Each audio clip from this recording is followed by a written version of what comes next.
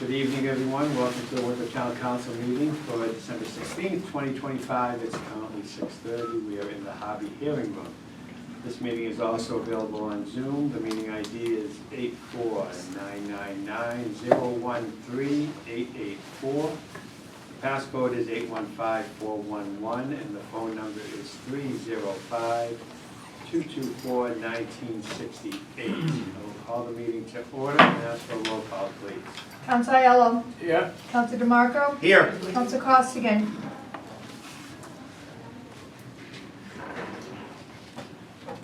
Council Tassinari.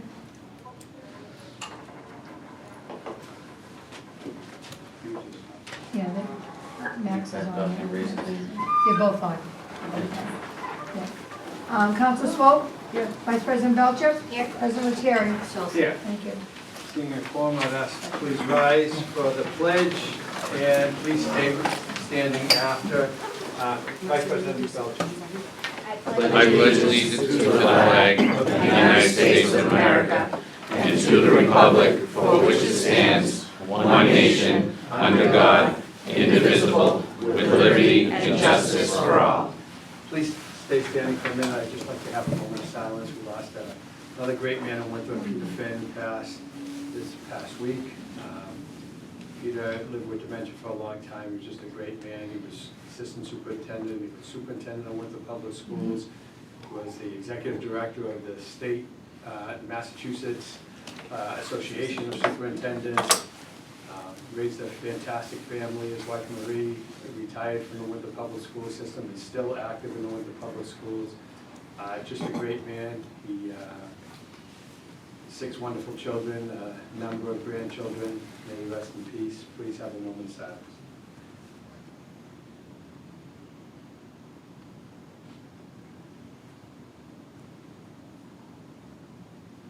Thank you.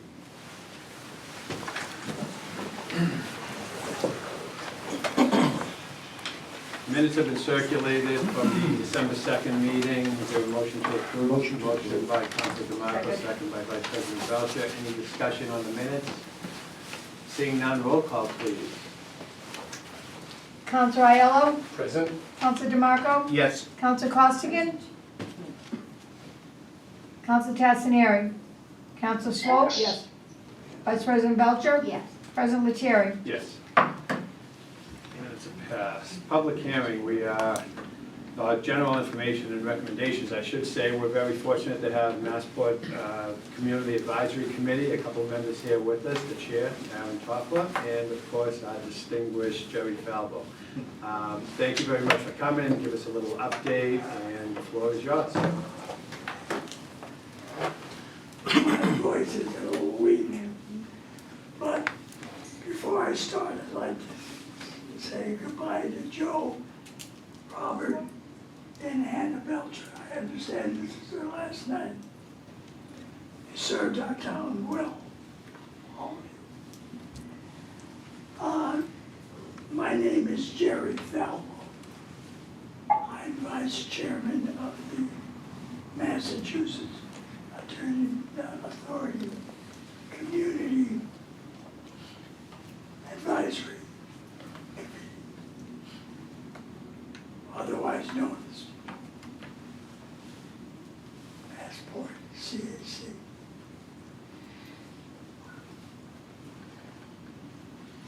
We have to thank Robert DeLeo, former Speaker of the House, for the following. Massport CAC was enacted by Chapter 46 of the Acts of 213 and Chapter 10, Acts of 215. Members of the Massport CAC, I'm sorry for some of them, but my bad. Represents 35 cities and towns in Massachusetts. Those are the ones that are surrounded by the activities, ownership and activity. Now,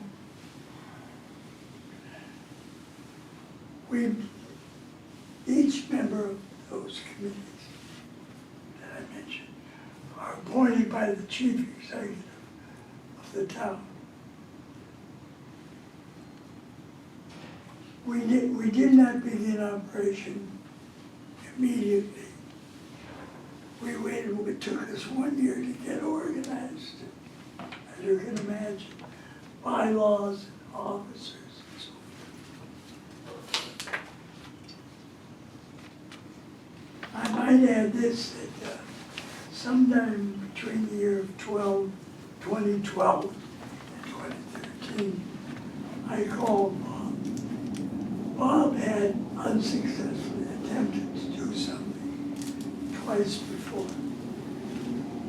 But I called him and I asked him, as speaker, you have to do something to us. And he did. He rolled all the way with me.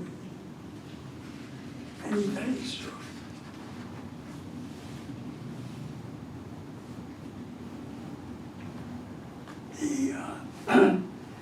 The executive board consists of 4 members. They meet on a monthly basis. The whole general membership meets quarterly.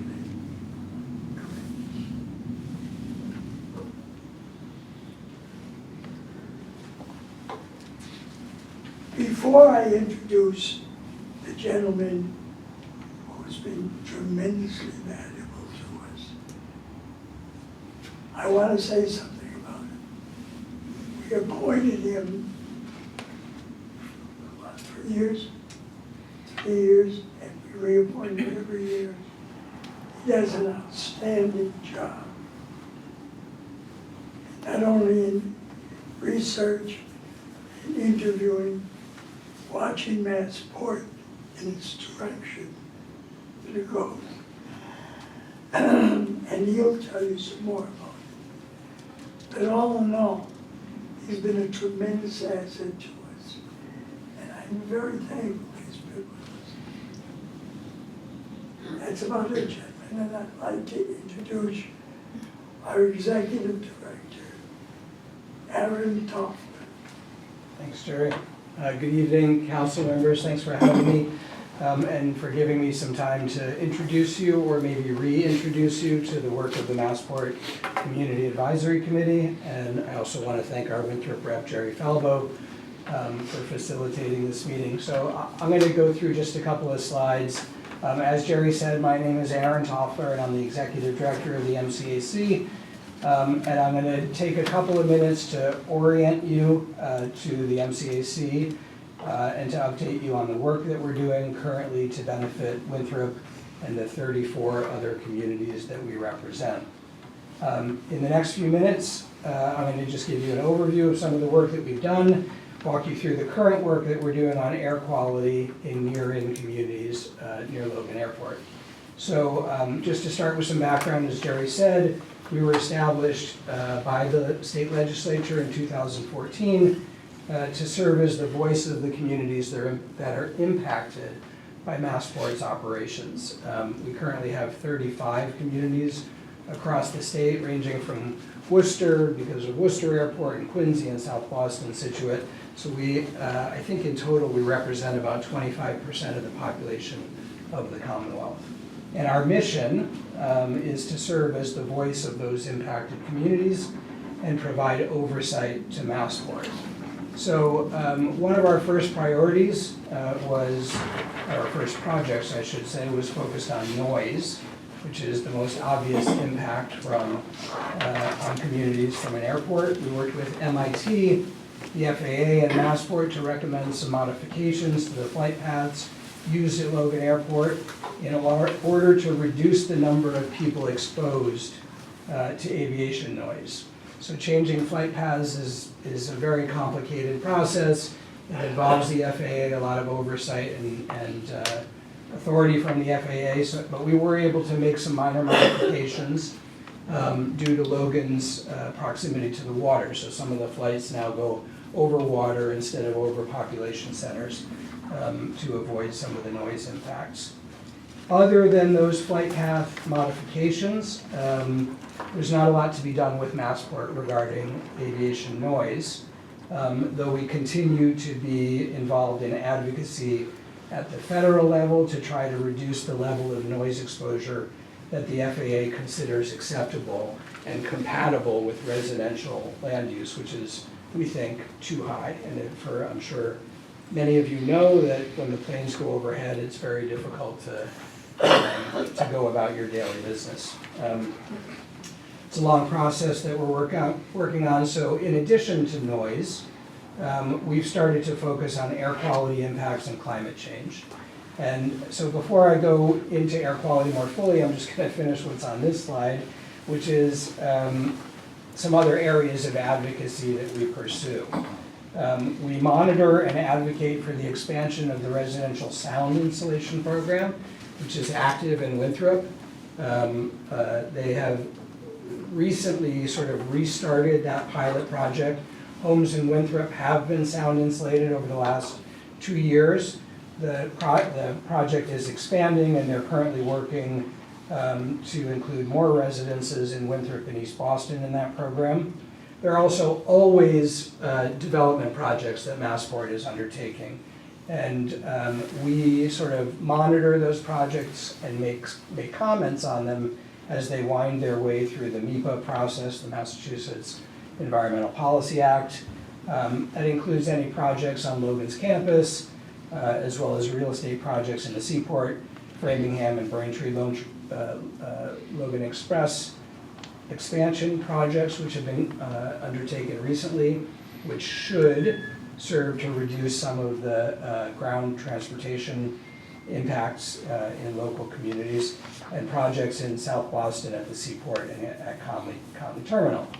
We also, as it says on this first slide, participate in something called the Logan Working Group, which includes nonprofit organizations, state agencies, and as well as representatives from near-in communities. In fact, your town manager was at a meeting just yesterday representing Winthrop, and the charge of that group is to try to come up with mitigation ideas for air quality impacts on the near-in communities. So Winthrop, Chelsea, and East Boston are all represented there. Finally, I spend some of my time on Beacon Hill, testifying in support of legislation that will hopefully improve conditions here, mostly air quality legislation. And I'm happy to speak with any of you at any point on our ongoing work in the legislature. Please, if you could switch to the next slide. I did want to talk about our air quality work, which is underway right now. We started this work at the end of 2024, purchasing what's called a condensation particle counter that we installed at a residence in East Boston, and we've been collecting air quality data at that residence since December of 2024. And then more recently, we purchased some lower cost ultrafine particulate sensors. A company out in Cambridge produces these. We have 2 in East Boston and 1 in Winthrop. And those have been deployed for the last almost 6 months now. So we have some data from Winthrop on the pollution load from ultrafine particulate pollution. And they are broadcast over our website, so I'll give a plug for our website for people. They can go in real time and see what the measurements of ultrafine particulate matter are on Baysview Street in Baysview Avenue, I think it is, in Point Shirley. No, that's Bayswater. Bayview Avenue. Sorry, Bayview. No S. Close Bayview. enough. Yeah, I'm an outsider. But in any event, you can go to our website and see what the concentrations of UFPs are. They have been linked to a number of health problems, and so we're concerned about them. The Department of Environmental Protection is concerned about them. They are just purchasing a number of monitors that they're going to deploy in East Boston, and that may give us an opportunity to move one of our monitors from East Boston to Winthrop. So we would therefore then have 2 monitors in Winthrop. So one thing to just think about is a location for the extra monitor. We've been advised, we're working with very, very smart people at Olin College of Engineering who are advising on this and helping us to understand the data that comes out of these monitors. But they have suggested that maybe a location on Court Road might be a good area for another monitor. So we're looking into that, but if there is, I will make one ask of this body or anybody in the room, if there are locations that you know of where either city-owned property or a residence where somebody might not mind hosting one of these monitors. They're not very intrusive, they're outside. It would be great to find another location for one of these monitors. So I'm going to move on and say that and if you can move to the next slide, another priority of ours is to get information out to the communities that we serve. So I'm going to just go very briefly through some resources that you can find on our website. We have an emissions calculator where if you're taking a flight from Logan, you can plug in where you're going and it will tell you the greenhouse gas emissions that you are going to be creating as a result of that flight, and it compares it to things that are sort of easily understood, like how often or how long you would charge a cell phone to equal that number of emissions, or how far you could drive a certain type of car. So it's just, if you wanted to offset your emissions from Logan, you could do so using that calculator. I attend all the Massport board meetings and take notes and post them to our website. So if you're curious about what's going on at Massport, you can go to our website and look at those. All of our meetings are posted there. They are public meetings. You can come and make comments to our executive board, as Jerry said, which meets every month, or to the general committee, which meets quarterly. And there's also a lot of scientific research on ultrafine particulate matter. That graphic right there that you're seeing with all the dots is actually readings from the Point Shirley air quality monitor. So as you can see, it fluctuates in degree, and there are some times when the ultrafines are quite heavy in terms of pollutant load, and others where it's not so bad. I was told by the consultants this afternoon to tell you that actually the readings are lower here than they typically see in East Boston, although over the last 24 hours, because of the westerly winds, you guys are getting a little bit more of a pollution load. And if you wanted to, take a peek and see what that looks like, you can go onto the website and see that. Finally, I want to make just note of a data visualization tool that we are creating also for our website. We're getting operational data from Massport. So you could potentially, when this is up and running, should be a couple months, you could go onto our website and do some research onto how many flights came over your neighborhood between the hours of 5 a.m. and 9 a.m. and you could pinpoint those flights, and we could use that in our advocacy with Massport to try to have them, and it's tricky, I'm not going to say it's easy to do, but maybe to have them manage the load a little more equitably across communities. So it's just something that we're looking forward to providing to our communities.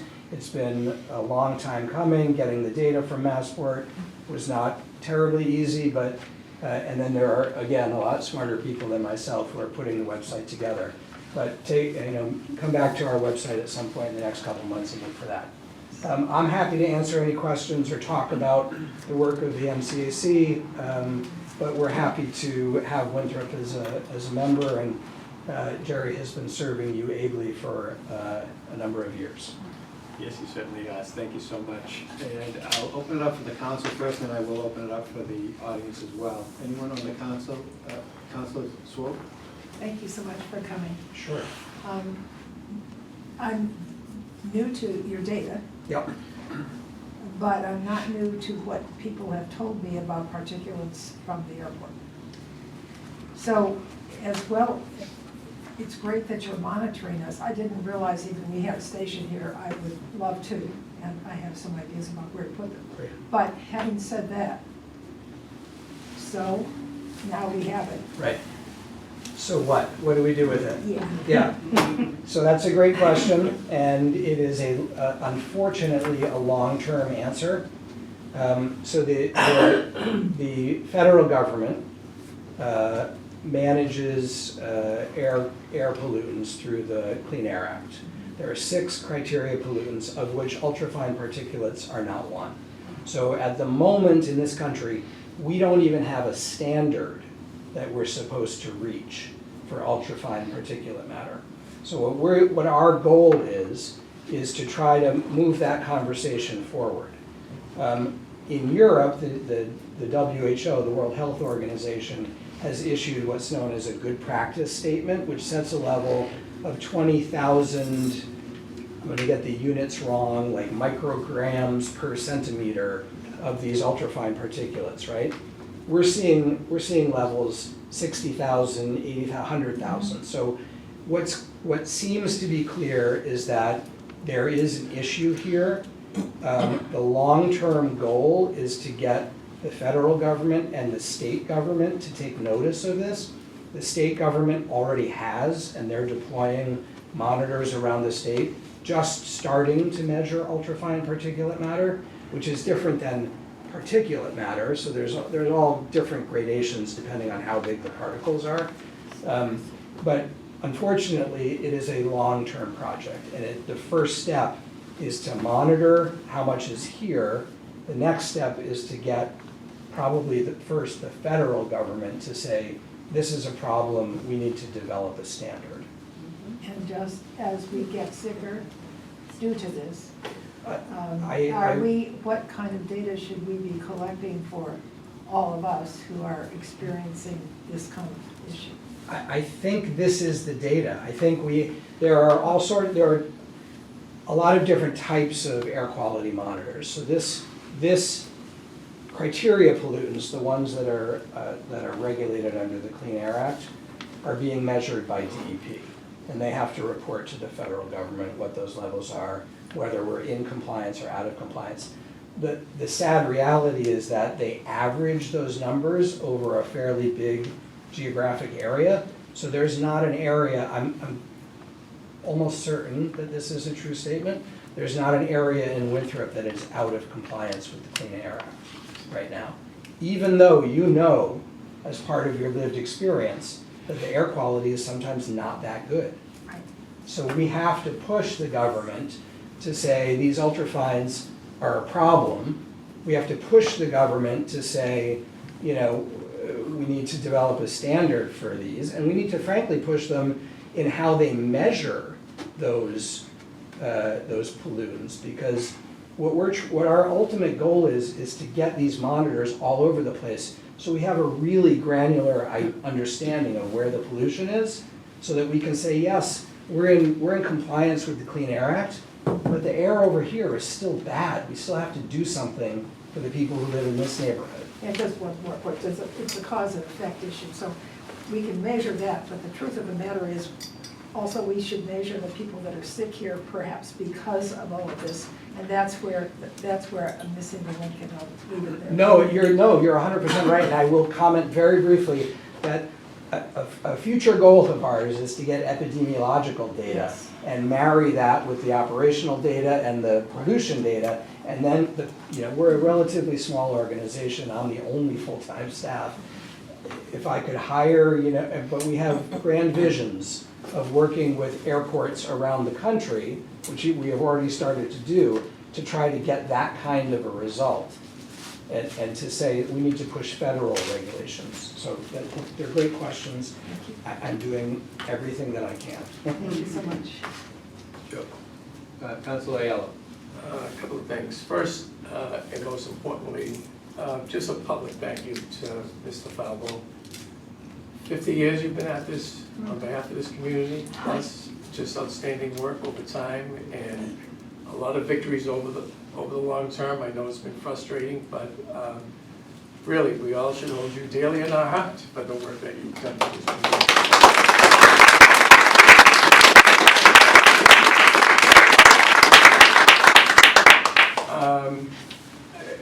Just sort of a slightly tangential issue with respect to Massport. I've been watching and following their net zero program over the last 8 years or so, when they declared that by 2030, I think, 2031, 2031. Yeah. they're gonna be net zero in Yes. terms of carbon emissions. For those things that they measure, right? They don't measure the emissions of airplanes, they don't measure automobiles, trucks, and buses once they leave the airport property, Right. which is another issue on data. Yep. But even within that small world, if you look at their report, they're proposing, at least in the last iteration of that report, to mitigate about 40% of their carbon emissions through what are called offsets. And there's a little teardrop in their latest report, if anybody goes to see it, where this data is. Offsets means that they're going to pay to buy a solar array in Montana, they're gonna buy a forest in Canada, they're gonna spend money someplace else. So in other words, they think it's okay to pollute here and clean up somebody else's neighborhood. If you look at the amount of offsets that they have to do, and you can go into the global carbon bank where people know what they have to pay, it looks like, at least for today's level of activity, now the airport continues to grow, that they're gonna have to pay at least $5 million in the next number of years to achieve that. Wouldn't it be nice if Massport turned around their policy and said that $5 million should be spent in Winthrop and East Boston on carbon emission stuff? What is carbon emission stuff? What is that? Helping someone who's got an old gas heater and go to a high efficiency heater? Thinking about people that get solar panels, thinking about people who can get heat pumps. Right now, we have a mass aid program that pays about 30 to 50% of the cost of doing those things. Massport could pay the incremental, and you get a couple of things. You get real investment in the community. You get cleaner air in the community, and you get a lower cost of living for people in the community. And I think that's something that we ought to get the CAC to figure out how to push Massport in that direction. I think that could be an enormous victory, and if you think about doing it every 5 years, when there's more growth and perhaps another $3 to $5 million, you could repeat it again. So it's not a cure-all for everything, but I think if you leverage existing programs and use those dollars and invest it here in the communities, we could really have a triple benefit impact. That's a great idea. I will.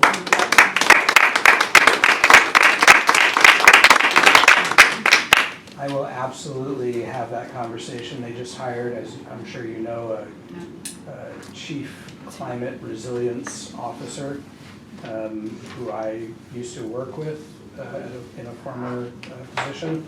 So I will start to make that case. And honestly, we represent, in part, you, right? You are our client, our boss, our clients, however you want to call it.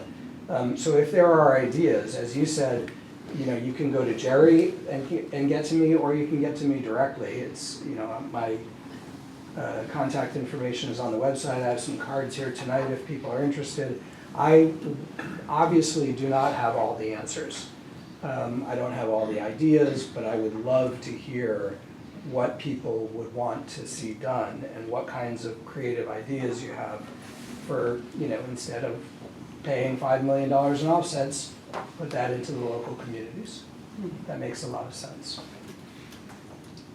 Vice President Bell. Thank you. Just a couple more questions, and I'd be remiss to not push for advocacy for the re-soundproofing program in Winthrop. It's moving very, very slowly. They're well under the number of homes they've committed to doing at this point in the project from when it was first laid out. So that's an area where we really could use some advocacy here. Who pays for the monitoring equipment? The sound, which monitor? Sorry, I've gone back to the air quality. Okay. But those, So our entire organization is funded by Massport. okay. So the state legislature said you need to pay a certain amount of money that had, increased each year. We're at now $500,000 a year, and we pay for that monitoring equipment. I mentioned the Logan Working Group. My goal, and I know this is a public meeting and I'm being recorded, but I've said it in public forums already. My goal is to get Massport to pay for a much more robust monitoring program. We can afford some equipment with our budget, but we can't do the whole thing. So, and the monitors that we're using right now, these QuanteQ Modulaire UFP monitors, are about $13,000 all in. Like I said, we have 3 of them, but if we could get, and there are other organizations who also have some. The East Boston is getting a lot of coverage right now because the city of Boston had a clean air grant program, and there are another 5 or 9, I think, that are gonna go up in East Boston.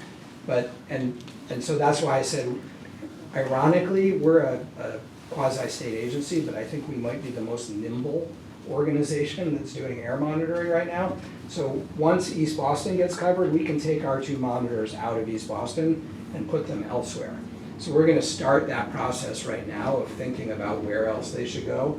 Our, as I mentioned before, our consultant suggested Court Road as a good location. If there's municipal property that you know of that might be a good location, I'm all ears. Court Road, I think, is an excellent area. Court Road and Point Shirley are the 2 most impacted Yep. areas due to, Right. for noise, so I would imagine it's this Right. particular matter. Right. I think that's all I had. Counselor Aiello mentioned a lot of what I was thinking about as far as the offsets. And Yep. just to add to the things to lower the cost of living in homes, trees, and environmental impacts for a coastal community could be very impactful. Yep.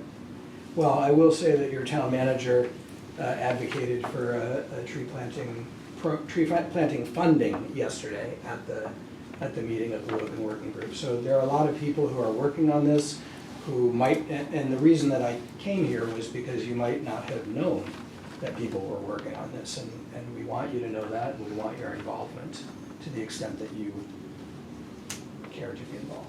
And then that just segues, my last question was gonna be, what can we do on the local level, both as elected officials and the public, to help push for MCAC's asks? Well, you know, you noticed that I said we are funded by Massport.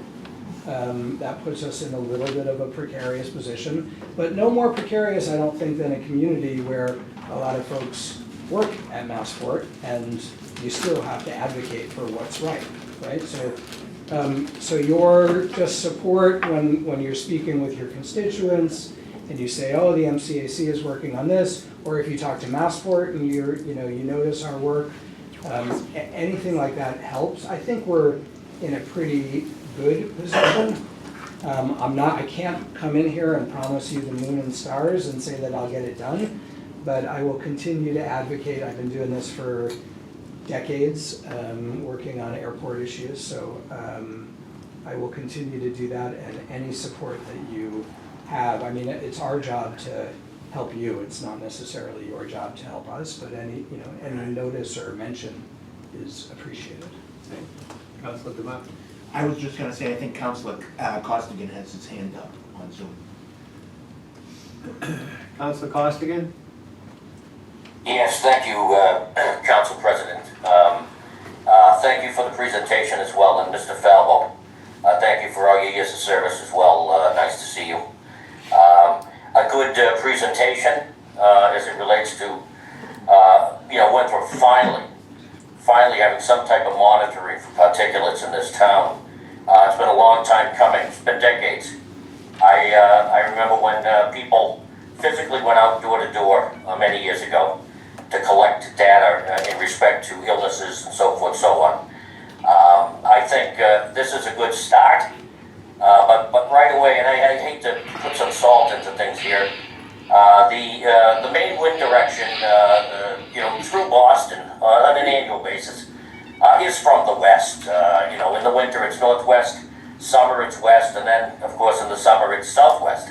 So it's concerning to see the spikes in Winthrop with a westerly wind direction. So again, I think that's a big concern, as it relates to particulates, whether it's coming off of the airplanes themselves or the tire residual off the runway. I think to Councilor Swope's point, a multitude of monitoring devices. I don't think 2 or 3 is going to justify the pollution in this town. It's been a long time coming. They're $13,000 a piece. I think Massport can afford a few of them. So again, just my points here as we start down this journey of monitoring and picking up that particulate matter, which is the main cause of illness in this town. I'm not going to get into statistics and past studies for elevated levels of cancer, etc. We're not here for that. But I do appreciate this beginning of this program as it relates to monitoring of particulates in the atmosphere and environment over Winthrop. We are east of Logan International, and everything that blows west comes right into our town. So thank you again for this presentation. That's all I have to say. Thank you. Thank you. Thank you, Counselor. I'm going to open it up to the audience now, Celeste. Celeste Ribeiro, Hewitt, Precinct 1. And I think you already kind of answered this question. In 2014, the Logan Health Study was published. I think there were some omissions, particularly cancer data, because they said it was existent elsewhere. What, if any, of that data has informed the work that you're doing? And what plan is there to update that information and maybe include some of the cancer data? Yeah, the Logan Health Study has been widely criticized because of how long it took to do and that some of the methodologies that they used. They were calling people on the phone and people don't answer, and there were a lot of problems with that health study. The only tangible program that I know of that came out of that was a distribution of asthma kits through the East Boston Health Center, which they're still doing, but I'll venture a personal opinion. I think that's too late in the process to make any difference. Like, okay, you give somebody an asthma kit, we should try to prevent the asthma instead of treating the asthma. Right.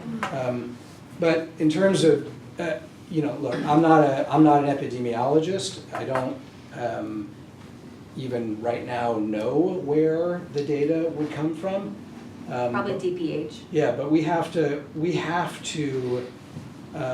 make sure that when we undertake a project like that marries health data with operational data with the pollution data, it's airtight. I mean, you'll pardon the expression.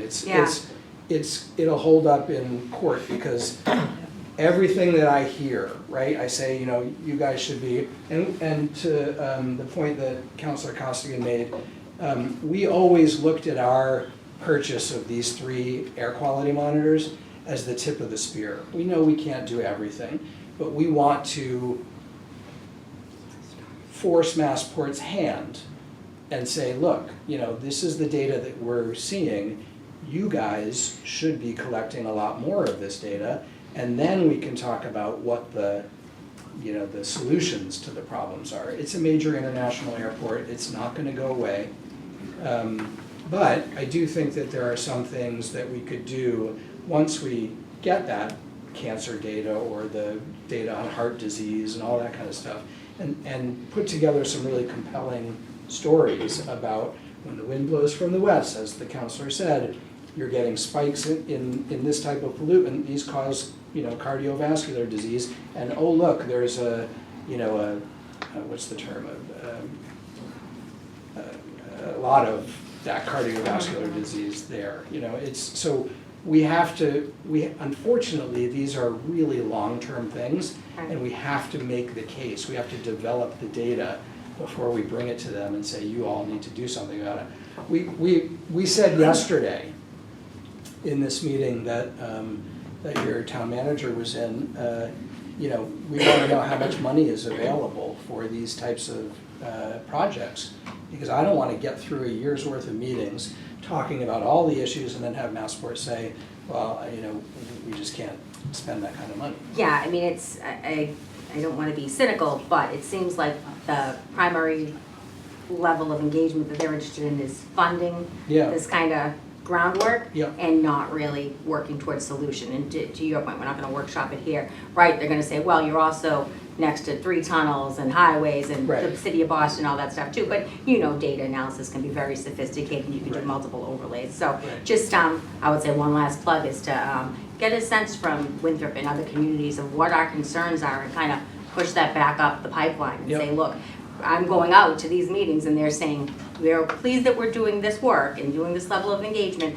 but they have real robust concerns and they want to see real, you know, genuine, ardent desire to tackle them and not just kind of put on a show. Despite how long it took me to get here tonight, I am committed to coming back anytime you want me to come back and to continue the conversation about what we can do. Thank you. Thank you. Carol? Thank you. Yeah, that's the one, the Logan Health study that she was mentioning. Yes, Carol. Hi, thank you for coming tonight and sitting through traffic. So I've been doing research on the impact that Massport has from a nautical perspective. And that is, you know, there are 174 cruise ships, Massport wants to grow it, they're the Port Authority. They committed to putting $100 million into the port so that the cruise ships could shut their diesel off and all that stuff. Yep. That's been scaled back about 50%. And the pollution of those diesel engines that are running 24/7 in that port, 25-mile radius, which we're a part of, you know, are you looking at that? I'm hearing a lot about air, but not nautical. Yep. I also wanted to mention that, you know, the exhaust from these ships, you know, the advertisement is that they have these scrubbers on board that kind of takes the exhaust and puts it into, you know, liquid form, and then they can, you know, they can dump it. And it's not the same as gray water or trash water, but it's something a little different, which they can dump anywhere in the port, in Boston Harbor, outside of Boston Harbor. A lot of these ships sit, you know, 3, 4, 5 nautical miles out from Winthrop, right? We have the oceans, our beaches have been closed, they're a lot more dirty than they used to be. So what is Massport doing about that? Is there anything as part of you know, your organization or this group, this working group, which I would love to be part of, actually, to share some of the knowledge that I've been doing over the last 6, 8 years probably now, and how do we get there?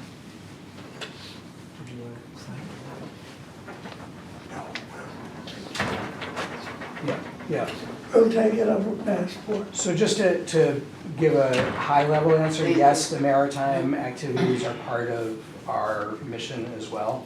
Massport owns and operates, as you know, Conley Terminal and the cruise port. Right. The ship-to-shore power came out to great fanfare. They didn't get a grant that they thought they were going to get, Right. and then they scaled it Understood. back, as you said, from Yep. 100 million to 60 million. Yep. I think that's still going to be able to allow the cruise ships, when there are only 2 ships in the terminal, to turn off and plug in. So I think it's actually going to have some really beneficial impacts. I don't know about the scrubbers and what they dump into the ocean, but I'd love to hear more about that so that we can continue that conversation with you. That would be great, yeah. Yeah. Thank you. As it pertains to the particulates when they settle and they finally stick to a surface, are you doing any swabbing of surfaces? Because this stuff, like I said, as a boater, and I don't know if you guys notice it, the black sludge that comes off of your boats, that is a direct result of Logan Airport. Okay? I happen to find a great chemical, but it's a butyl cleaner that takes it off. But again,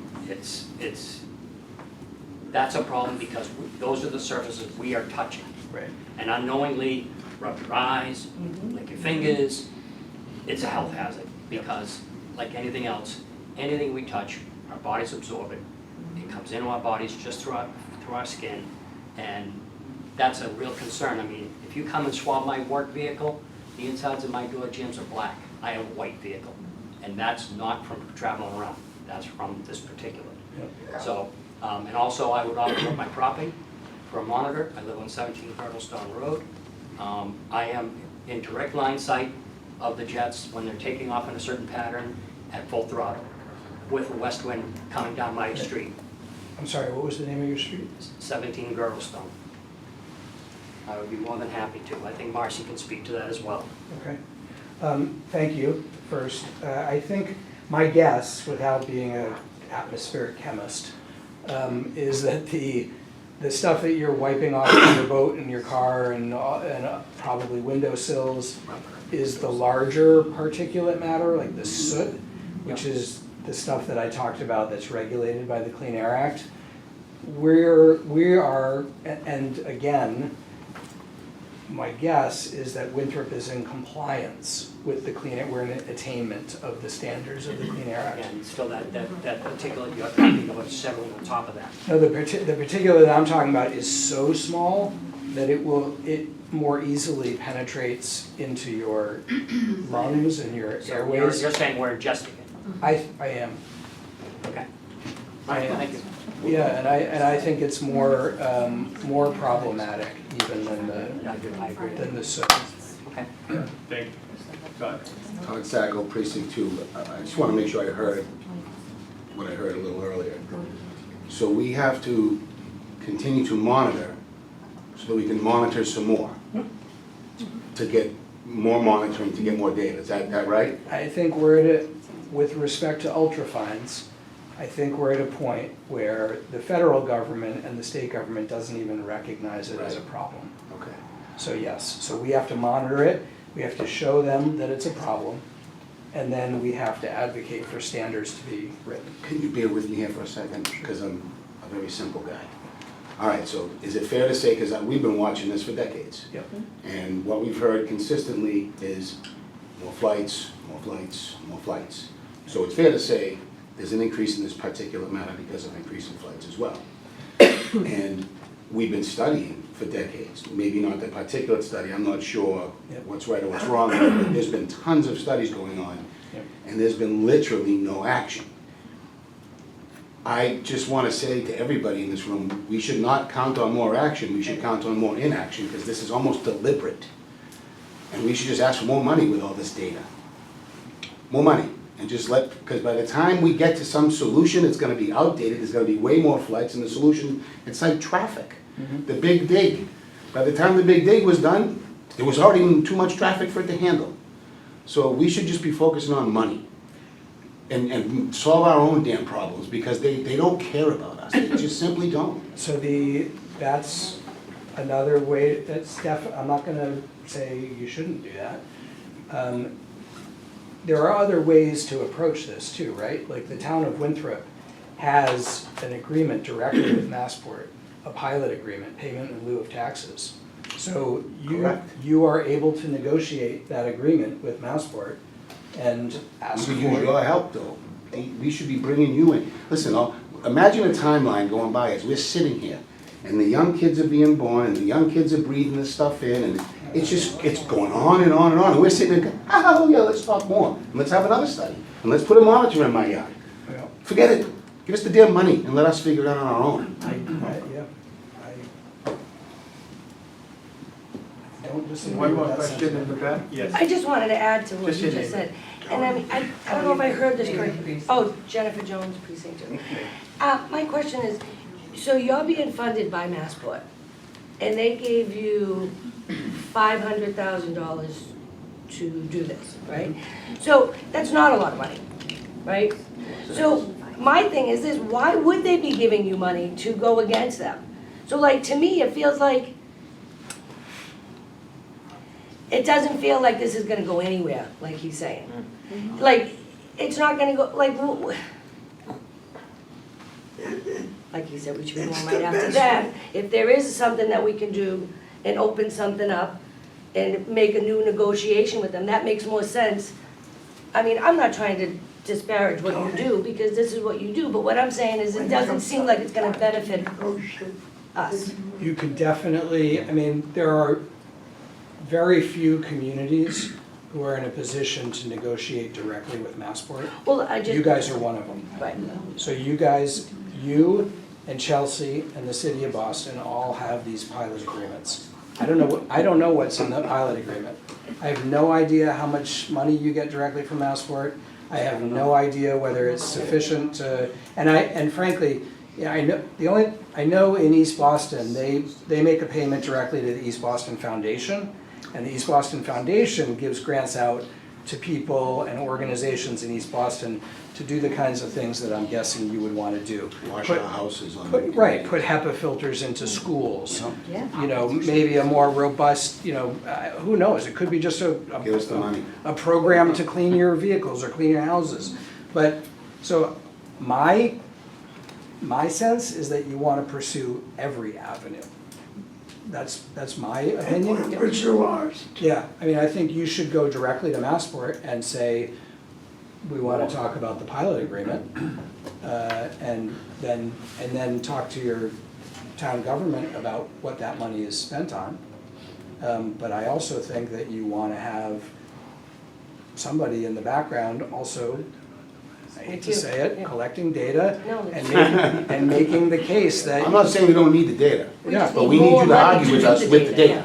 100%. I'm, you know, Take a little bit less money. that's, Give us half that 500. that's what I do. Anyway, By the way, Winthrop has a foundation. yeah, my Winthrop guess has is. a Winthrop Foundation, which is totally separate from the pilot, and they do give money Yeah, to the Winthrop Foundation. My guess is some of that money goes, I don't know what the money goes, maybe it goes to the general fund. Okay, one more question, Cass. Cassie Woodhouse, Precinct 6.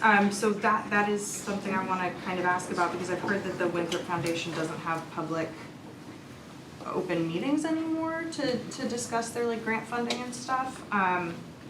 And I thought that was tied to the pilot program. So if it's not, where does the pilot funding go to?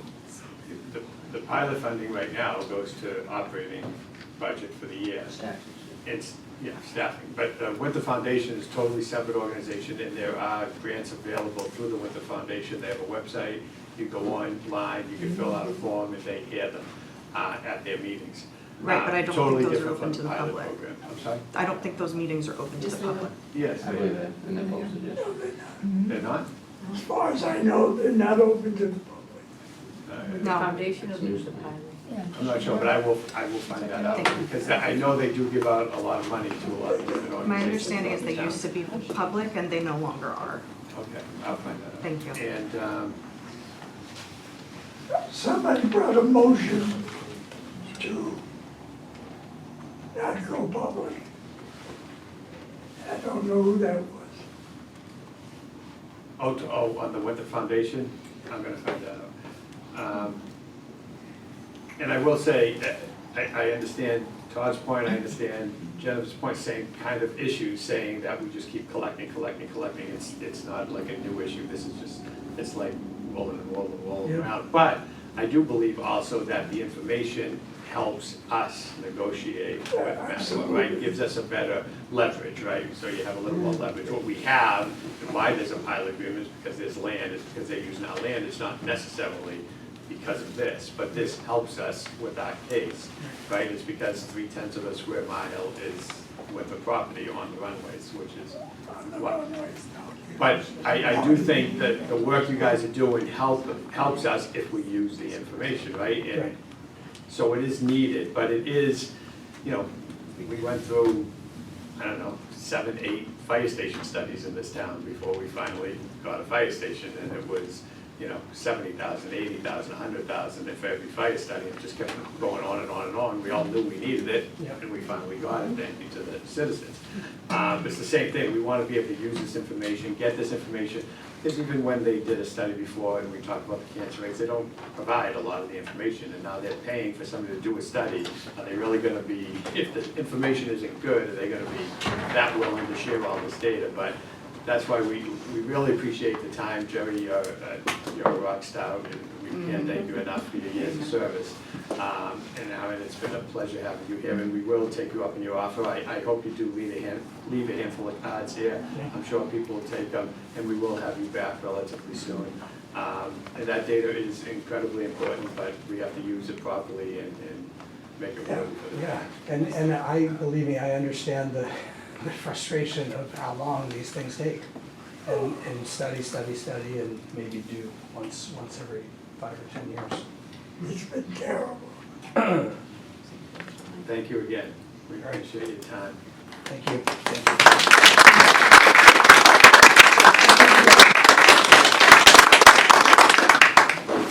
I'm just gonna Shall I leave a staff break? Yes, please, I'm sure people in the audience and council will see them. Okay. Thank you all. Thank you. Thank you. Thank you. Thank you very much. Happy New Year. I have one for this year.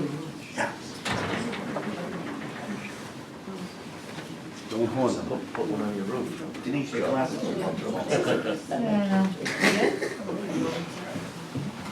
you don't mind.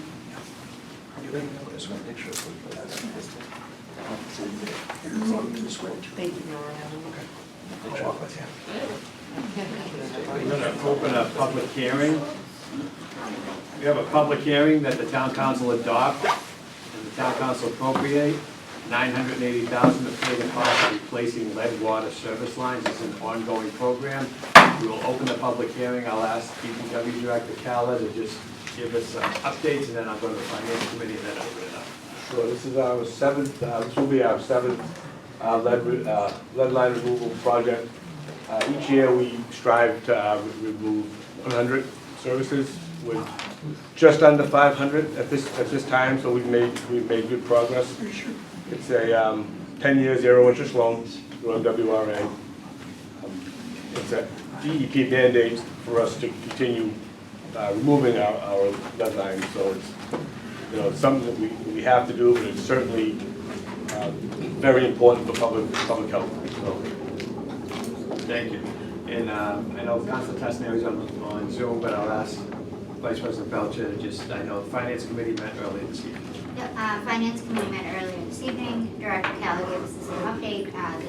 This ongoing effort has been going very well. There's only about 500 left, and we had a positive recommendation to continue with the zero interest funds. All right, we'll now open it to the public if there's any favorable opinion on it. If there's any unfavorable opinion on it. Open it up to the council. All right, we will close the public hearing. If we would like to take it out of order, I'll ask for a motion. Motion. Second. Motion by Councilor Swope, second by Councilor DeMarco, to adjust the order of the agenda. Any discussion? Seeing none, all those in favor say aye. Aye. Opposed, no. The ayes have it. Thank you. Councilor, Vice President Belcher. Aye. Councilor Tasnari? Aye. Yes, I'm sorry. Just kind of vote on that, to take it out of order, vote Yes. yes, to take it out of order. Okay. Council Aiello, Yes. Council DeMarco, Yes. Council Costigan, Yes. Council Testanieri, Yes. Council Swope, Yes. Vice President Belcher, Yes. President Lettieri. Yes. Thank you. Okay, Vice President Belcher. All right, so the text of the motion reads, motion, I move that the Winthrop Town Council adopt the following order. That the town appropriates a sum of $980,000 to pay costs of replacing lead water service lines, including all costs incidental and related thereto. That to meet the appropriation, the treasurer, with the approval of the town manager, is authorized to borrow said amount under and pursuant to MGL Chapter 44, subsection 7(1) and/or subsection 8(5), or pursuant to any other enabling authority, and to issue bonds or notes of the town, therefore, that the treasurer, with the approval of the town manager, is authorized to borrow all or a portion of such amount from the Massachusetts Water Resource Authority, the authority, and in connection therewith, to enter into a loan agreement and/or financial assistance agreement with the authority, and otherwise to contract with the authority with respect to such loan, and for any grants or aid available for the project or for the financing thereof, and that the town manager is authorized to accept and expend any grants or aid available for the project or for the financing thereof, provided that the amount of the authorized borrowing for the project shall be reduced by the amount of any such grants or aid received, and that the town manager is authorized to take any other action necessary or convenient to carry out this project. Thank you. That came out of committee as a positive recommendation, does not require a second. Any discussion on it? Seeing none, I'll ask for a roll call, please. Council Aiello, Yes. Council DeMarco, Yes. Council Costigan, Yes. Council Testanieri, Yes. Council Swope, Yes. Vice President Belcher, Yes. President Lettieri. Yes. Motion's passed. Thank you. Public comment? Yes. All right. Sorry, I believe that's right. Erin Barcelos, Precinct 5. I just want to share my gratitude for Vice President Belcher and for Councilor Aiello. I have only, I think this is my 16th town council meeting. And I'm so grateful, my first 16, for with you guys on the council. So, that's all. Thank you very much.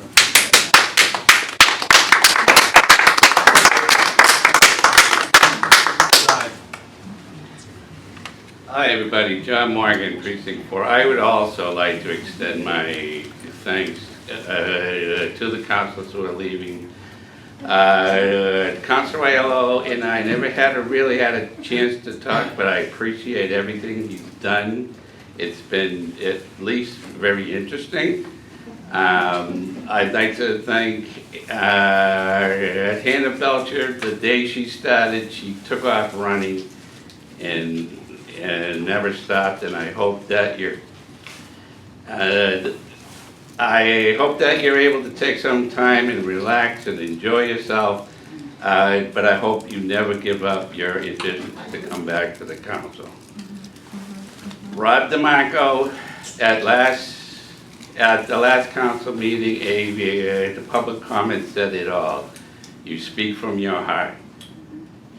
You have the courage to stand everything you say, and that is something that I wish I could do. And I appreciate everything that Rob DeMarco has done in his time on this council. Thank you.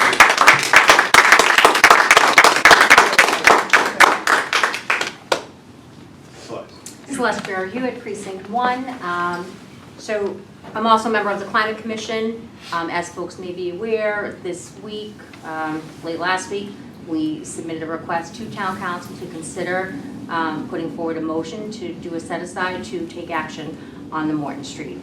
We're awaiting feedback and conversation, but essentially we have been working and meeting for over 18 months. They've been working sessions. We have done a deep dive on all the hot spots in town, the areas that there are 8 detailed hot spots that include 10 very specific locations in town that are impacted by infrastructure, both immediate concerns and some of the not too distant future related to climate as well.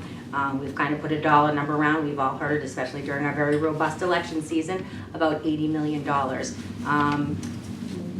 We have, determined, there's been a lot of conversation. Pat Costigan sits on the board. Councilor DeRoss did sit on the Climate Commission as well prior to his resignation, and as well as your incoming Councilor Kim Dimes. I think that there's been enough visibility, and we believe there's been enough visibility to the work that we've done and the needs.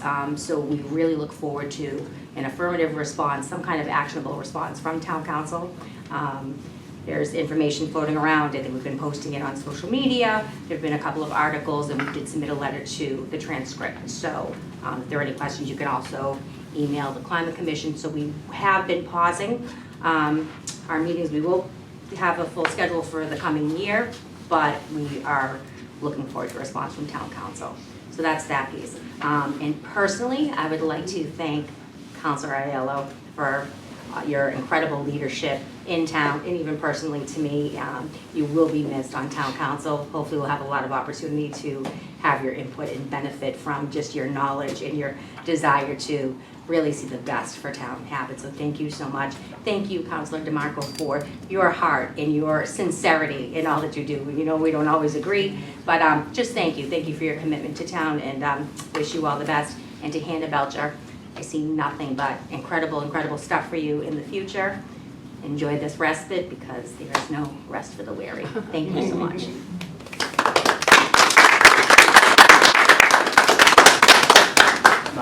Marcy Hamilton, Precinct 2. This is my holiday wish list for our town in 2026. Today I wish for change. I wish for respect, communication, and an engaged community. I wish to stay connected to the state and all its resources. I wish for a robust and funded climate resiliency phased initiative. I wish for all constituents to have a voice in their government and bring new ideas into this room. I wish this new council to be responsive, keep their promise, and I wish you all good luck and a happy, healthy new year. Thank you.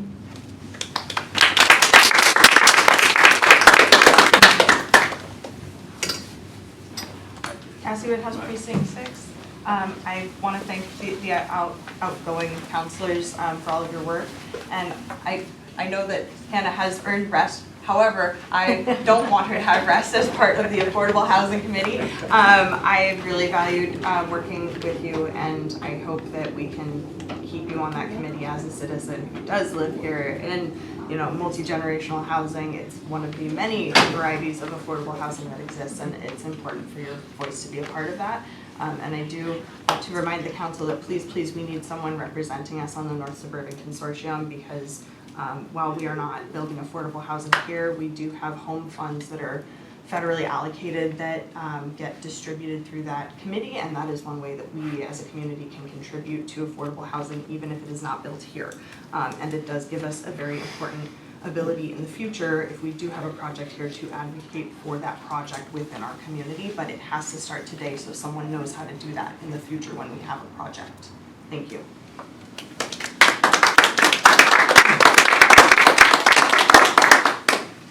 Yes. Hey, Marty Finn, Precinct 6. I just wanted to, not to be redundant, to thank Joseph Aiello, Mr. Robert DeMarco, as well as Hannah Belcher. Joe, I don't think we've talked too much, but I've heard many good things about you.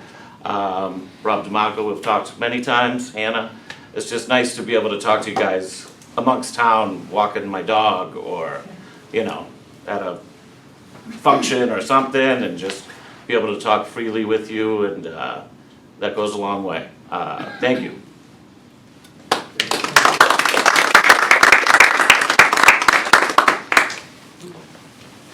Yes. Did you get me up top? No. I thought you were.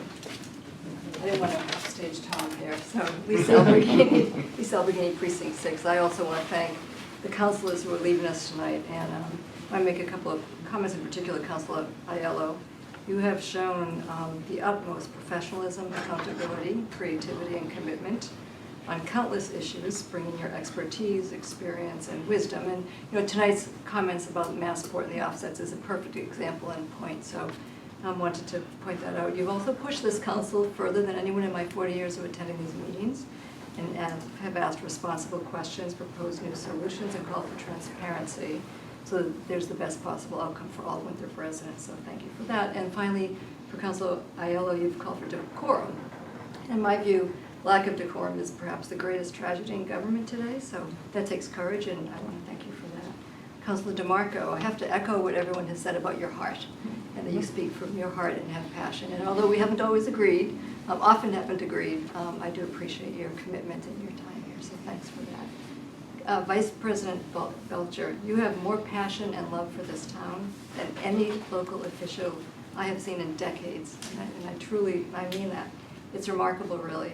You've devoted yourself to improving transportation, education, public safety, public health, town infrastructure, town governance, climate resilience. I only have 3 minutes, so I can't go on and on, but lots more critical issues. And you've championed small businesses and citizen groups in ways that I haven't seen before. And you have fought to recognize marginalized members of our community. And for that, I really personally appreciate you. You've done it with courage, and most importantly, with grace. And grace is also something that we see in scarce measure here, in politics and government in general, so I really appreciate that. I think Celeste said that you will go far. You're going to go far because you're not going to ever stop fighting for people you care about, so thank you for that. Councilor DeRoss isn't here. I know he's already resigned. He was my counselor. It was a delight to work with him. He's always stood up for our precinct and the needs of the entire town. And he has a commitment to serving the beautifully diverse people that make Winthrop the rich community that it is. So I really appreciate his authenticity. And John, I will hope to tell him that sometime in person. Councilor Tessanari, you're not leaving, but I want to thank you for your courage, your intense commitment, drive, and for your grace too, in the midst of challenge. None of that comes easily. And I wish you continued strength and accomplishments and even maybe a little fun in your ongoing time and tenure on the council. You know, we're going to miss all of you who are leaving, and I hope you have do some good things. I know you'll do important things with your newfound evening time, but I know none of you are going to stop working. And the last comment I would make is to the councilors who are remaining and those who will be joining. And that's to, thanks, Council President Lettieri. That's to just take resident concerns seriously. I have to say, because it's, you know, we've had this conversation, follow the law and the Constitution that you've taken a pledge to uphold, keep decorum and unity, and invite discourse and dialogue, because that is what makes you a strong council and us a strong town. So thank you so much.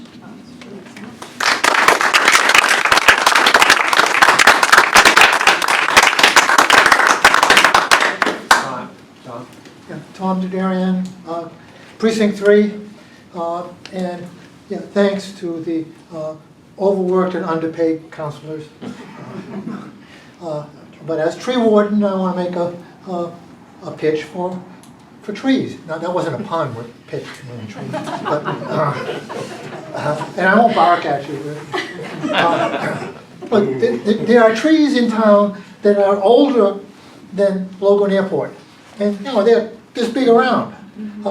And they were planted at a time when the climate was cooler. They weren't as likely to be hit by cars and trucks. There wasn't as much pollution. There wasn't as much salt. Those trees are getting towards the end of their lives, and we need to replace them.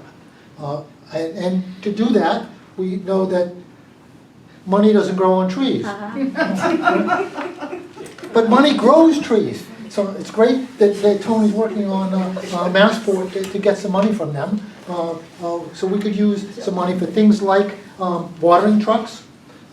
Steve's shopping for watering trucks or tanks to put on the back of pickups, so we can water these trees in our warmer climate so we don't lose as many trees.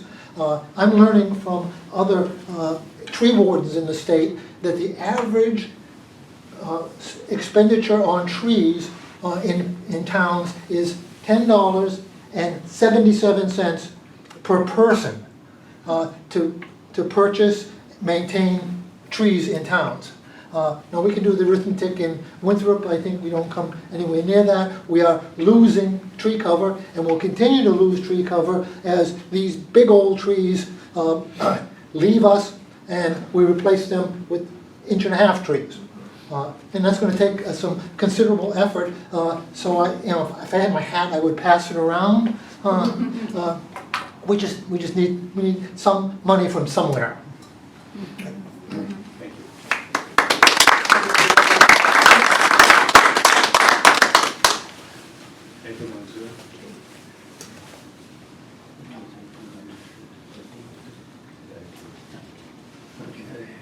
Correspondence, Denise? No, I didn't receive none. Finance Committee, we already heard from. Firehouse Building Committee met last week, okay, in the middle of the last week. Had a neighborhood meeting to talk about pre-demolition, I guess. Decided to wait through Christmas so we wouldn't have any other disruption in far as taking the building down. The abatement is basically almost done. They'll start popping windows out, or they have already actually. You'll see some windows coming out. Week after Christmas, you'll start to see trucks coming in. The trucks will be coming in predominantly down Pleasant, on Main, right on Pleasant, left on Brookfield, and then right into the back of the middle school. And that will be the same route that we take to leave the site. The building, good or bad, was built incredibly strong, and it doesn't come down easy, but they have a plan. They think it's not a big deal to them. They've been doing it for a long period of time. So you'll see demolition start in earnest. The demolition should take between 3 and 4 weeks to get the building down. They'll be trucking it off as they go. There'll still be rubble, and then there'll be some rubble, and then there'll be the foundation that they'll have to work on, and a couple 2 to 3 to 4 weeks after that.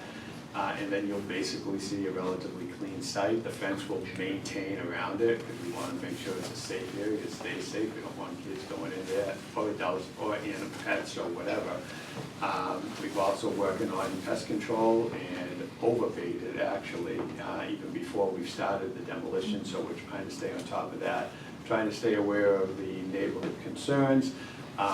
You know, we think that it will be a little better this time of year in terms of noise, because people have their windows closed. Helps with dust too, even though we will have dust control there.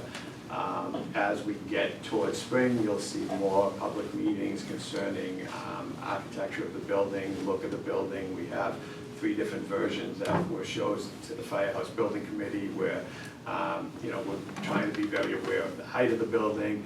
I mean, the basic model is going to be what the citizens voted for, but there could be a switch here and there. That decision will be helped with the input from the citizens, so we look forward to that. So the next month and a half, and I think the demolition, the guy that heads the demolition said he kind of considers himself like a boat. You're gonna love him the first day you're gonna see him, and you're gonna love him the day he leaves. So, you know, he said that's what to expect is obviously gonna be some mess, some noise, and some disruption, but it will hopefully go quickly. And the size of the apparatus they're bringing in to take this down is incredible. They don't want to be banging and banging. They're basically, it's almost like a pair of shears. They said basically where they're gonna cut the building into sections and then take the section away. So it's going to be incredible to watch, and you'll probably get tired of watching it after the first couple of days. But so a lot of good stuff on that front, so we will keep you posted on that. School department met last evening. It was a similar meeting to this in terms of they had some departing school committee members, and I want to personally thank Suzanne Leonard for serving. Vice Chair Julie Barry served for 6 years, I believe, or 8, maybe 8 years. And Chairperson Jen Powell, they all, who gave 4 years time as well. And it's, you know, as these councilors, and we'll attest to later, it's a lot of work to, you know, forget about serving, just putting your name on a ballot, putting your name out there. There's going to be criticism, you take the criticism. A lot of these school committee members served through a very difficult time dealing with the pandemic. So I thank them very much for their leadership, and you know, it's, I just want to thank them very much. There was also news, the only other item really was they talked about the hockey season's here, and not that I talk about hockey a lot, but hockey season is here, and the boys varsity team got to travel to Lake Placid. Anytime you go to Lake Placid, it's just a phenomenal experience. Again, thanks to Mike Rizzioni, I'm sure, for helping set that up, but with Mike Rizzioni there and Coach Dunbar and Coach Norris, they took the boys out there and they actually played a home-and-home series with Marblehead, so they drove 7 hours to play a home-and-home series, which they did win both games, so congratulations to the boys. But again, thanks to Mike for, I'm sure, being a big part of putting that together, and it's just an incredible experience, and I'm sure it's something that they'll remember for the rest of their lives. It's crazy to think it's been 45 years since that all happened, but that is that. Update on subcommittees. Board of Appeals met. 158 Highland Ave is continued to the January 22nd meeting. 44 Bowden Street is continued to the January 22nd meeting of 2026. And 210 Winthrop Street continued to the January 22nd meeting as well. Winthrop Planning Board met on 67 Woodside Ave. The application was approved, but they're waiting now for conditions and pending receipt of the decision. So those are policy making committees. We have the town manager's report, and as the town manager starts, I would like him to start by addressing a letter that I had written with the help of the town manager, and we discussed that a little bit, and it talks about one of the public comments that we brought up earlier. Yes, certainly answer any questions other than that, but with the help of our town attorney and the town council president, we drafted a letter to Rebecca Tepper, the Secretary of the Executive Office of Energy and Environmental Affairs, with regard to our denial of the cooling corridor grants. You know, the $100,000 we were trying to get for trees. You know, basically they cited the fact that we weren't 3A compliant as the main reason, so we're pushing back on that. The letter was drafted, yesterday, and went out today, so they'll get that. Hopefully they'll hear a response, but thank you to the council president for bringing this forward and, all the good work they put in on it, so. Yeah, and thanks to Attorney Cipolletta for his help, and this letter will be on the website, if not tonight, tomorrow morning. Tomorrow morning, But again, the town manager's report has been circulated. If you want to say a few things, and then we can open up for anybody who had. No, the only thing I'll add that's not in there is this, obviously budget season, as you talked about, is kicking off. They'll be starting up this winter. We've sent out the budget memos to the, to the staff, to the department heads, let them start to get to work on that. We'll get that work back in January, and we'll start to put the budget together and start meeting with the Finance Commission, Citizen Finance Commission, and, early spring, late winter, early spring. All right, Council? Councilor Swope? Thank you. I saw that in your memo, you talked about, at the third paragraph down, that you found water leaks in homes and also increases in the number of occupants in homes and apartments. Can you talk a little bit more about that? Just different, two-bedroom apartment went from having 2 people in it to maybe a family of 4, one bedroom went from having 1 person living into a couple, those kind of things, nothing earth-shattering, but, whether it's, you go from 3 people in a 2-family to 5 people in a 2-family, like that's gonna be additional water consumption. One of the big things we found over the 40 meetings I've had with people with regard to the estimated bills is like, a lot of people's irrigation systems, they don't realize how much water they take out, they don't realize they're potentially leaking, and they don't know it's running into the ground, those kind of things. So we're trying to, the good news is we're getting those wrapped up and, hopefully getting them addressed, so.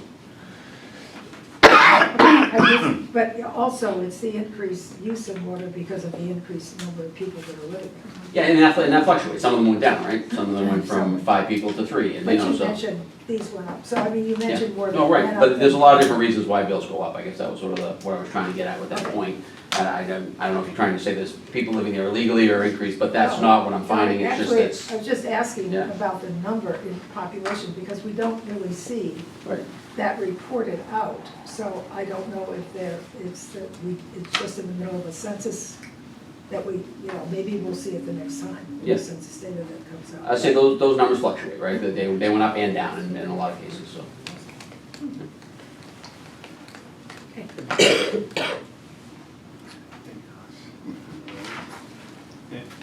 And I know you did mention the dispatch center at McKinley School, just an update on that. Yep, the bids went out, we got the filed sub bids back, similar to what we'll do here when we do the fire station. Those bids came back favorable, a little less than what they were expecting, excuse me. And then the main bids from the general contractors will be back in, I think, about a week and a half. That's a dual-use building, so the city of Revere is taking the lead on it. They're gonna have a preschool in there and a few other uses. And then a good, probably, a little more than a third of the building will be for the dispatch center. So that's being funded through the state 911 grants, an ongoing process, but it's been a really good mix. And then once that's done, that's when we'll make the final move and bring Chelsea on board. All right, thank you. Old business, we covered the $980,000 appropriation. The other thing I had on here was the town council subcommittee minutes, where at the end of the year, we've had 29 subcommittees this year, and we've had 6 sets of meetings. So, I encourage the chairs of those committees to try to get some sort of meeting minutes in prior to the end of the year. New business, just an update. People are seeing some action at Ingleside Park in terms of the baseball field that was there is being converted into basically a softball field. It's going to be a dirt infield. It's going to have the ability to multitask and also still be used as a baseball field if needed.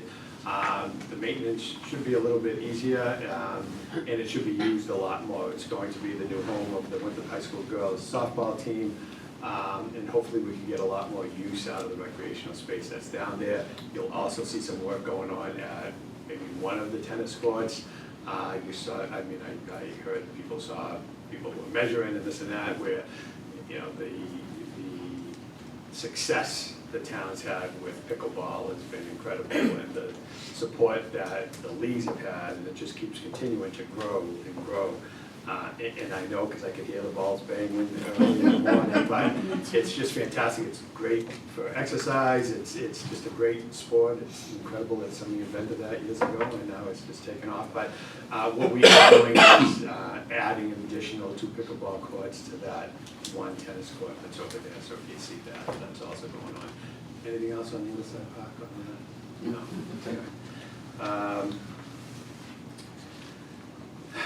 The Town council job, Mass General Law 810 is going to be put off. And now we're, almost to the end of the meeting, but we do have 4 councilors that will be leaving, and Councilor DeRoss, we have bestowed well-deserved accolades over the last couple of meetings, and I wish he was here tonight. We do have a citation for him. We also have citations in a small little Winthrop ornament for the other councilors that will be leaving us. And we do have 3 citations here for them, and I will read them and start with Councilor Aiello. And it's been 4 interesting years. We don't always agree, but the respect I think is there on both sides. And I thank you for your time. I know what the commitment is like, and the town will miss your tenacity and voicing your opinions, and you've brought up a lot of interesting subjects, and I thank you for that. And be it known to all that the Winthrop Town Council hereby offers congratulations to Joe Aiello, Town Council of Precinct 5. The Town Council and the citizens of Winthrop, especially those living in Precinct 5, would like to thank you for your service to our community as a Town Councilor. Your dedication for the last 4 years as Precinct Councilor, committee member on the Public Health and Safety Committee, Intergovernmental Strategies Committee has been appreciated by not only your precinct, but by the residents of our community. We wish you nothing but the best in your future endeavors. Thank you, Joe, for that.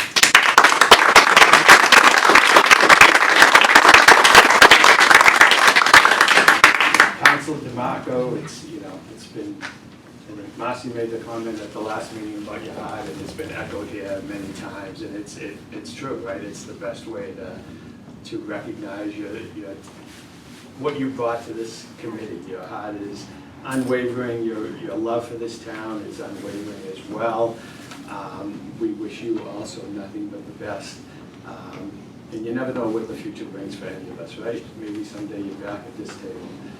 So be it known to all what the Town Council hereby offers its congratulations to Rob DeMarco. Council at large. The Town Council and the citizens of Winthrop would like to thank you for your dedicated service to our community as a Town Councilor. Your dedication and compassion in your roles as Council at large, Chair of Public Works and Appointments and Commissions. Committees have been greatly appreciated by the entire community. Your enthusiasm for our community will not be forgotten, and we wish you nothing but the best in your future endeavors. So thank you sincerely.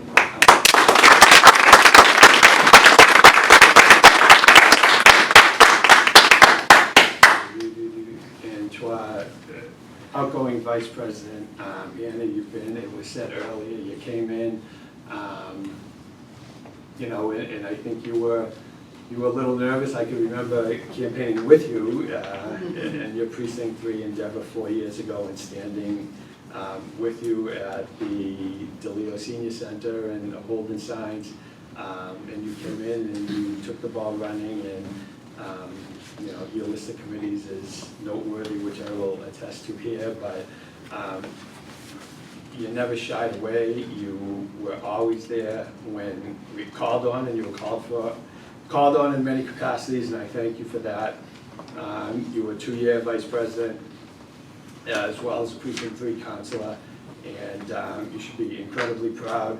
We don't talk about age anymore. It's not, you can't talk about somebody's age, but at a young age, you came in and you did more than a lot of councilors have done over the years. So we thank you for that as a town.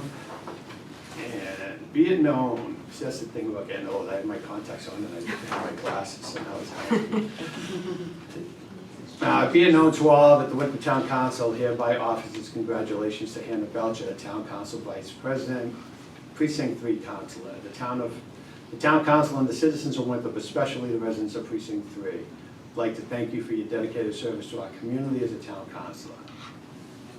your dedication, commitment, and compassion in your roles as Council Vice President, Precinct 3 Councilor, Chairman of Rules and Ordinance, a member of the Finance Committee, Appointments and Commissions Committee, Citizens Finance Committee, Finance Commission, Ordinance Review Committee, Commission on Disability, as well as official member of the Women Elected Municipal Officials, and I'll add as well as your role and continued role on the Winthrop Firehouse Building Committee have been greatly appreciated by the entire Winthrop community. Your service leadership will not be forgotten, and we wish you nothing but the best in your continued success.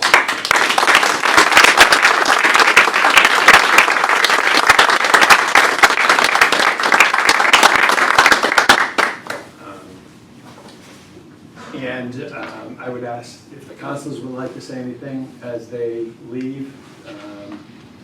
You know, some of us could be jealous that you're getting to be on the other side, but if you'd like to say anything, please feel free. Sure. So first of all, I had a 47-page but it's down to motion 3. to waive the reading. It's down to 3 because my wife said she was coming and I had to take all the nasty stuff out. So what can I say? It's all good stuff. But first, let me just say something about my seatmate here and Marcy, who really do represent, I think, the heart and love of this community. It's really remarkable. And especially Rob, we disagree on a whole bunch of stuff, but he's just a wonderful, wonderful human being. And you can frequently see us chatting with each other. We make a bet at every meeting about what the over-under is and what the meeting's going to be. And so those days when I talk on and on and get jacked out, all worked up, it's because I'm trying to win a buck for this guy. So that's what's been going on here. So it's not real deep thought. But anyway, let me begin really with a trigger warning, because sometimes I use words that get a small number of people all botched up and they get nervous. So when I speak the next sentence, I just want to give a warning that may cause the same. But I have to confess, a Nepo baby. For those of you who haven't heard this term before, Nepo baby are the children of famous actors who become actors, and the children of famous politicians or bankers who then come into their roles only because of them. So I am one of those. I had the great fortune of, despite growing up very economically, of being raised by a mother who grew up under Italian fascists and Nazis in Sicily. And my father, who quit school in the 10th grade to fight the Nazis and the fascists. And a gift they gave to me, I get emotional about this, is a visceral understanding of how communities fall apart, how governments can fall apart, and how countries can fall apart. And it's when you don't stick together and you make each other the enemy. We need to be careful. We got a bunch of diseases out there propagated by Facebook and Twitter, where they have programs that cause you to get angry and angry and angry at something. And it's a real poison, and we've all got to do better to stop that. But let me just go direct to, I have some things I want to enter the public record, I won't read them because they're about good government and all that stuff. But I want to read about the good things that have happened here and the people who have done it. And the encouragement for me is that by and large, and I'm going to miss names here, so I apologize in advance, young people on this council, young people in this town really are the force of good change. So let's talk about what I've observed over the last 4 years. Greatly improved T-bus service. For those of you who don't recall, we didn't have real MBTA buses 5, 6 years ago. They were those Paul Revere sort of rickety things. We now have T-buses. We now have Charlie card readers, which actually reduce the amount it costs to use the T because you get a discount on the transfer from the T. Didn't have it before. We have a new ferry service that saves the town about $500,000 a year. We got that free, so it freed up some money for us and we got this remarkable service. And that was the result of incredible work by Hannah Belcher and former councilors Ruggiero and Honan, who were here when I first got here. And a big assist from a group of young residents led by Bob Carroll and Julia Wallace.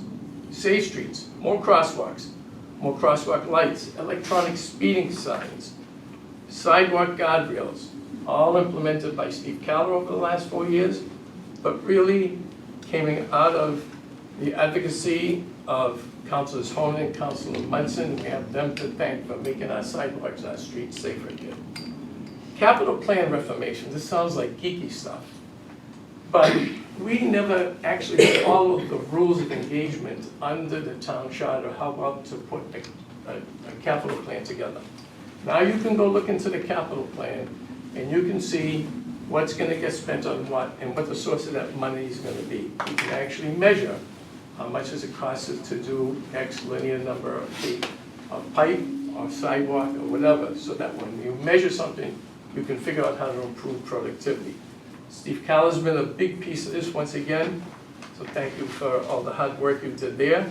But really, it was the advocacies of Councilor Tassinari and Councilor Munson who really, over a 4-year period, have really dramatically changed that. And I'm really appreciative of that. Climate, we've had Celeste talk about climate, other people talk about climate.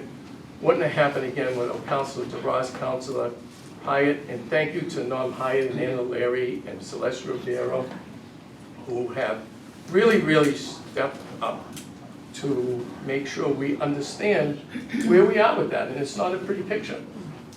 We need somewhere between $80 and $100 million of investment over the next 10 years to protect this community from the onset of climate change.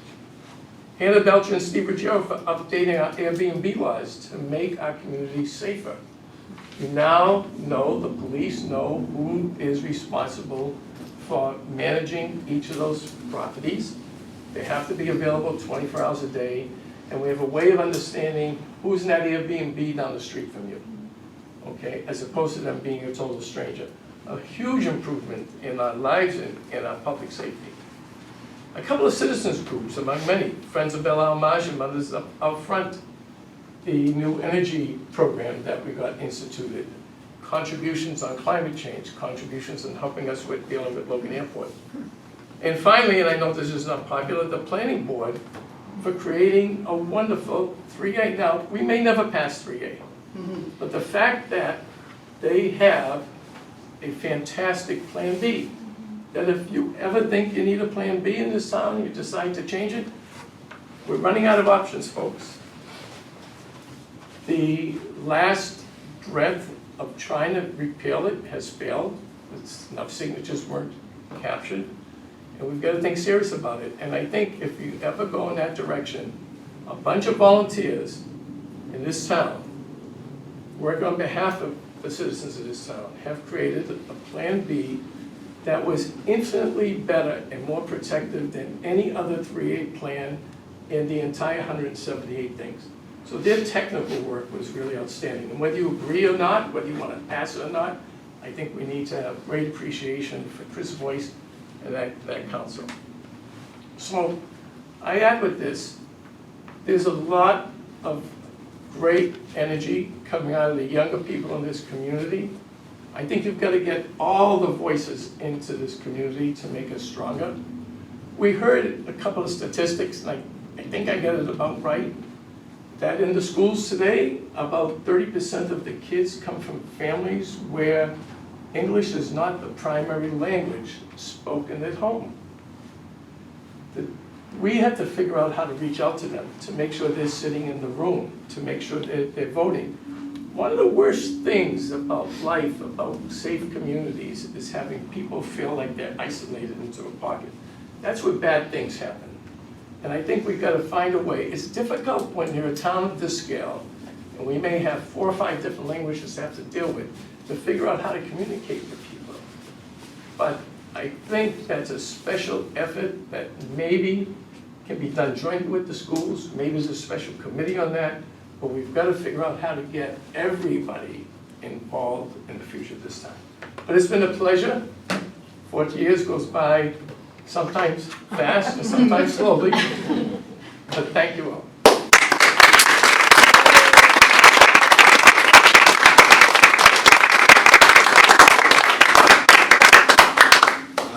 I'm gonna be. Joe took all your time, so. Well, I was just gonna say, I'm gonna be significantly quicker than him because the over-under is 8:45. The meeting being over. You know, a lot of people say that being a city or a town councilor is a thankless job. And the truth of the matter is, for me, it was not. You know, I think being able to serve my town was one of the biggest honors I've ever had in my life. I look out at everybody here and I care about everybody. like I just do. You know, first off, I want to thank all the counselors, and that means you, Max, and you, Pat, who aren't here physically, but you know, nobody does this job for fun. You know what I mean? They do it because they genuinely care about the community. And we might have different ways to help the community that we think are best, all right? And a lot of times we'll butt heads, but I've always felt a sense of team on this council, and that we always got along, and you know, sometimes we butted heads, you know, but at the end of the day, you know, we were a team. And that's just the way it should be, you know what I mean? So thank you to all my fellow counselors. You guys have done a great job. Thank you to Steve Calla. You know, he does so much work that isn't seen, that nobody knows about. So, I mean, it's just, he's always, you call him, he's on point, he knows everything, okay? I have to talk about our unofficial town councilor, okay? Nobody in this room, I think, maybe other than Council President Lettieri, knows as much as Karen Chavez, okay? Karen,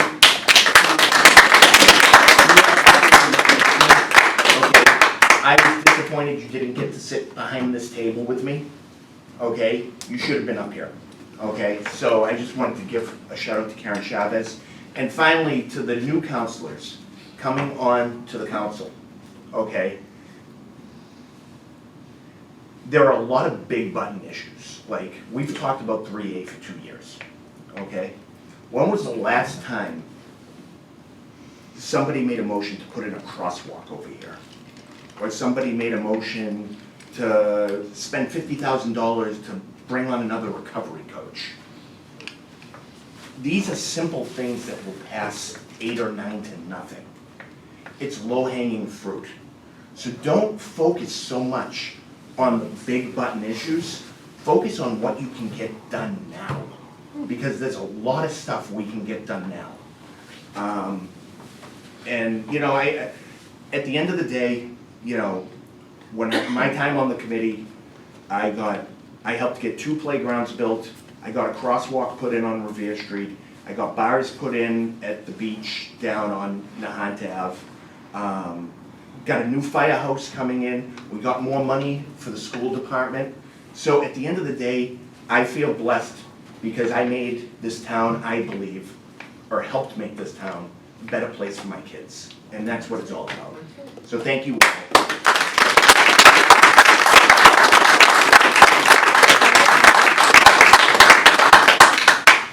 How long do I have? I will be brief. I thought about writing something down and it got far too long, so I said, you know, we'll just go off the cuff. This has been truly the greatest honor and privilege I've ever had, especially representing those that I don't agree with.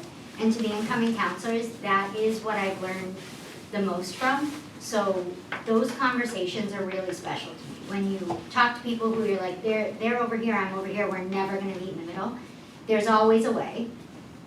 There is always a way. It's a challenge, but that's been the most rewarding part. And looking around the room, there's probably 3 or 4 people I knew before I got involved. Now I know everyone's name and where you live. and I say that in a non-threatening. That's what it's about, right, is community and getting to know your community. Go to events. We get invited to a ton of stuff. Go to everything. It's how you meet people, it's how you hear things. It's really been an incredible 4 years. So I promised people I wouldn't cry. So I will stop there. Thank you all.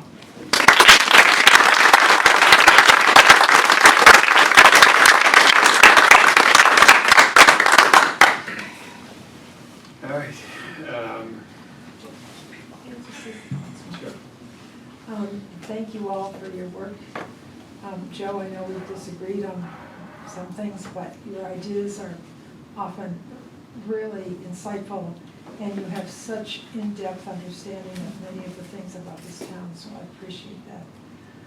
Rob, I just appreciate your energy, your work, and I appreciate your calls. And always, if we disagree, I know you're going to be on the phone. Hannah, you really do understand how to build a team. You and I have had conversations about that a lot, and I've thought a lot about what you've said, and I appreciate all the work you've done on committees because you and I see each other a lot during the week, and I really think that you have lots of opportunities in different ways, and Harvard's lucky to have you. So I think you do really well. And Jim, you're gonna stay. So I have learned so much about budget from you. I think you are a star when it comes to our work, and I've been going every, Hannah and I just went to a meeting with women at, at a national, with a national group, and when we look at other towns, whether it's Newton or whether it's Gloucester or whatever, they are in terrible shape financially. They use their ARPA money for a budget, it's gone. They have done several things that is going to make them very difficult. And I did talk to one town where they said they're going to maybe get through this year because they only have a $30 million deficit, but next year they have $100 and some million deficit, and they don't know what they're going to do about it. This is a town that's pretty well known. So I do think, Jim, you have done a remarkable job with this and over a long period of time. So I so appreciate that and appreciate your work. Thank you. I think Joe said earlier about the internet and stuff, just social media, how it's a detriment in so many ways, and it is, and we should all learn from that too, and be cognizant of that when you're writing stuff and reading stuff and whatever. It's so many good things have come out of technology over the last 20, 30, 40 years, and there's some bad things that have come in, and I'm a huge fan of social media. I thought at the beginning it was a way to catch up with high school friends and elementary school friends and college friends and stuff, and now it's just dwarfed into a lot of bad stuff. So, and I think Rob mentioned about, he didn't think this was a thankless job. I do think, and not in a bad way, I do think it's a thankless job, but I don't think anybody gets involved for the thanks. I think they get involved to help, and they have different opinions as to how best to get to that point. But I don't do it for the thanks. I don't think Hannah or Joe or Rob or Suzanne do it for the thanks, or Max and Pat who are online. But they do it because they all care about Winthrop, and we have different ways, different thoughts, different expertise into what we think we could bring to the council. But for these 3 leaving and for the 3 school committee members leaving, that's a lot. That's 6 people out of 15 people really. That's pretty substantial, and you don't see a lot of second terms and third terms or whatever, because I think it's taxing. It's taxing to the families. It's taxing to the individuals. It's taxing to the parents or kids or whatever it happens to be, and people should understand that no counselors, I'm pretty sure, well, Joe is retired, but nobody's retiring up here because they were a counselor for 4 years or 8 years or whatever it happens to be. But but they do it because they love it, and I thank them for that.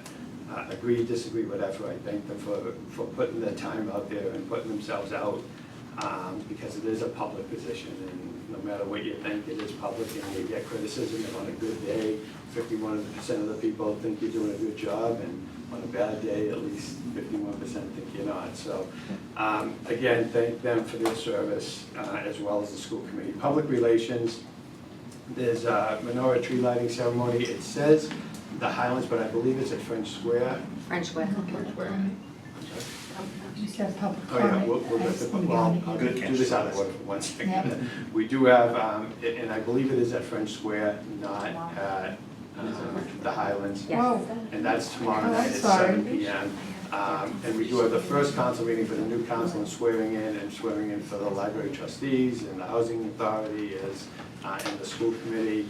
And it's the first Tuesday of January, which is January 6th, swearing in, and that will be at the DeLeo Senior Center. Let's revert back, public comment, sorry. And I would say before we get the public comment, we had people speak and Suzanne spoke. I don't know if Max or Pat had anything to say to the outgoing councilors. Two people want to speak. Pat does. All right, Pat. Thank you, Town Council President. I'll keep it brief. I'm resting an aggressive cold here, but I just want to thank Vice President Belcher for her taking me under the wing initially when I first decided to fill the Precinct 1 seat. I will forever be in debt, and again, I don't anticipate any of these councilors moving out of town anytime soon, so we are now going to be the council responsible for their well-being as well, so let us not forget that. But Hannah, I just want to thank you for your insight and your direction to me when I first jumped on, and our great conversations throughout the past 18 months. So thank you. Joe Aiello, we agree on a lot and we also disagree, but disagreement is part of democracy, so I can totally respect your convictions, and as it relates to your compassion, as it relates to Nazis and fascists and so forth, so on. I think all of us in this country here at least have family members who fought that same fight, who went overseas, and some of them did die not to come home. So let's not forget that we are all Americans, and yes, we are against Nazis and fascists, and in your case, you are very, very closely linked to that, more so than me. But I appreciate your attention to the town in just different ways of achieving the goal. Again, a little disagreement on my end as well, but again, you're wanting to better the town. I can't be denied. So thank you very much, Joe. And as far as Mr. DeMarco, Mr. Winthrop, always there to take a phone call, and always there to show up and support any cause in town as well. And again, a pleasure serving with you, Rob, as well. And I'd be remiss if I didn't mention Mr. DeRost, Councilor DeRost, who since departed. And it was great hanging out with him, and a very smart individual as it relates to the budget of the town. I learned a lot there as well, let alone the Climate Commission. Very, very, how can I say it? Very institutional when it comes to the overall commission itself. So he's going to be missed. And also Mr. Munson, Town Councilor Munson, who I enjoyed sitting next to for many, many weeks. I don't want to miss him this year as well. So again, it's the end of a new year, and it'll be the beginning of a new council. But the town of Winthrop will move on, and hopefully we will make all proud. So I thank all of you for your time. Thank you. Public comment? Public comment. We'll go online first. Okay. Shannon Poulos?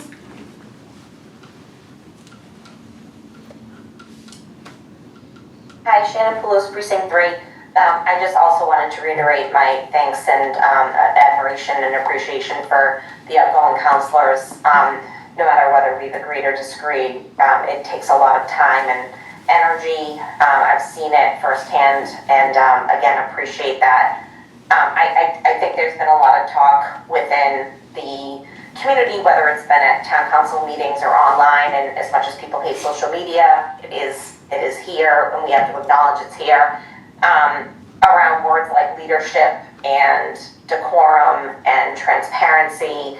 And although Town Councilor Terry will be staying on, and maybe this isn't the time to praise him like we are the outgoing councilors, I actually think it is really, really important to acknowledge that, first off, Town Councilor Terry's only been in this seat for 4 years, Jim with an upcoming 2, and so it's very, very easy to pin problems in this town on current leadership. But I think it's really important for those in the audience that are relative newcomers to town politics and the history of Winthrop to learn the history of Winthrop and to understand actually the impact that Town Councilor Terry has had on this town. If you look at the last, 4 years, and you had 2 failed debt exclusions and overrides, but with the persistence of Town Councilor Terry, both that debt exclusion for the firehouse and the override for the schools passed. That's an unbelievably incredible accomplishment that he has led. Again, people want to talk about lack of leadership in this town. I wholeheartedly disagree with that. I think that the leadership has been actually unbelievable. And not one person does it alone for sure, but I think Jim Lettieri has been an unbelievable leader in this town. If you look back prior to the years that Jim wasn't town council president, the last time that anything of significance happened in this town that really moved the needle was under Bob Driscoll's leadership. When we were and Peter Gill, when we passed the debt exclusions for the new school and for the Miller Field. And so I think that as people want to give suggestions around how we can move forward as a community, I think everybody on both sides of the aisle really needs to take a hard look in the mirror on what role you play on making this community as fragmented as it is. This is not a one-side issue. Everybody needs to look a hard look in the mirror in terms of what they can do to bring this community together. And by questioning our current town leadership, isn't doing that, because actually, between our bond rating, our fiscal transparency with, if you look at our budgets from even 3-4 years ago relative to where they are now, we have made significant progress. And so, are we perfect? Absolutely not. I would be the last one to say that we are. But I think that, do some history, learn some history about this town and realize actually we've made a significant progress. And as a daughter of somebody who was, 79 years old and was very active in this community, let's not, be dismissive of the people like Mr. Falvo that was in the audience earlier, and let's respect the fact that we've had people that have been passionate and have worked with this community for a really long time, and maybe start to embrace what makes our community and what makes people love and are so passionate about Winthrop. So again, I look forward to this new town council. I look forward to all voices being heard, but I also think that people need to think about what role they're playing in tearing this community apart as we try to move forward. Thank you. Anything else, Alderman? Mike, you do I everything. just want to say Happy New Year to everybody. Healthy one. Go ahead, Cassie. Go ahead. Cassie Woodhouse, Precinct 6. I would just encourage everyone to continue participating and being at these meetings in person, on Zoom, talking to counselors, emailing, and asking questions. I don't think that asking questions and wanting to learn and be involved is disrespectful, and I deeply appreciate the time that you all give in responding and following up and reaching out. It's a really big job, as a lot of you have stated, that you all do here, and it's a really important one, and you don't get paid very much for it. So I appreciate all of your contributions, and I appreciate the engagement that we have when we respectfully disagree with each other. Thank you. Thanks, Kim. Kim Downs, Precinct 2. I just want to say thank you to Councilor Aiello, Councilor DeMarco, and Councilor Belcher, especially Councilor Belcher. Her and I have been meeting for the last 3 years for breakfast, for coffee, for dinner. We bounced off lots of ideas to each other, and I've commended her and her work from day one, and so proud of you, and I look forward to continuing to work with you on the Firehouse Building Committee and in whatever other capacity we can work together. And Rob, my AOL buddy, love you. Thank you. Yes, correct. Kurt Millar, Precinct 2. It's been a few years now that I've probably chatted with all three of you sitting there. We've had some good discussions, some disagreements, but I'll say I've learned from you, all three of you. And I've appreciated some guidance on different things that we've spoken about. And I still do hope you will talk to me, and outside of here, not even about politics, talking about what else is going on at all the functions we attend and everything. I think that's the greatest part of everything that you've shown up for, different events, and it's not always about politics. A lot of it was just everyday stuff, going to a concert, hanging out. Joe, seeing you down the park at different events, I DJ'd at, and I played Sinatra for you. So it's, you know, no matter what, we've disagreed on things. The greatest thing I've taken from it is that I can still talk to you even with those disagreements. So I hope to continue those conversations. Thank you for what you've done. Kurt, you're stuck with it, dude. Celeste Rivera, Youth Precinct 1. I just want to say as the year winds down, I think there are a lot of people in town that thought we would be at a different place right now. And there are a lot of folks that believe that we're right where we need to be. I think, doesn't matter which side of that coin that you sit on, this is not the end, right? We're heading into a new year. We have a lot of work cut out for us. We need to right the ship. There are a lot more questions than answers, and I think we arrive at it together as a town. And I think, just to echo the sentiment of a lot of people, less of the social media, less of the venom, more of the grace and understanding and openness and willingness to work. I think there are a lot of us, myself included, thought that we would be looking at it from a different vantage point in the coming year, but it doesn't mean that our contributions are not valid, not needed, not warranted. I think there are a lot of people that feel a little bit despondent and helpless, and they shouldn't, right? This medium still exists, this gathering still exists, and more than ever, your contributions and participation is needed, and that's everybody. Thank you, Happy New Year, and see how it goes. Yeah. All right. Thank everybody. I just want to wish everybody a happy Hanukkah, a Merry Christmas, and a happy and healthy New Year. I'll entertain a motion. Motion to Vice adjourn. President. The last roll call. Council Aiello. Yes. Council DeMarco. Yes. Council Costigan. Yes. Council Tassinari. Yes. Council Swope. No. Vice President. President Lettieri. Yes. Meeting adjourned.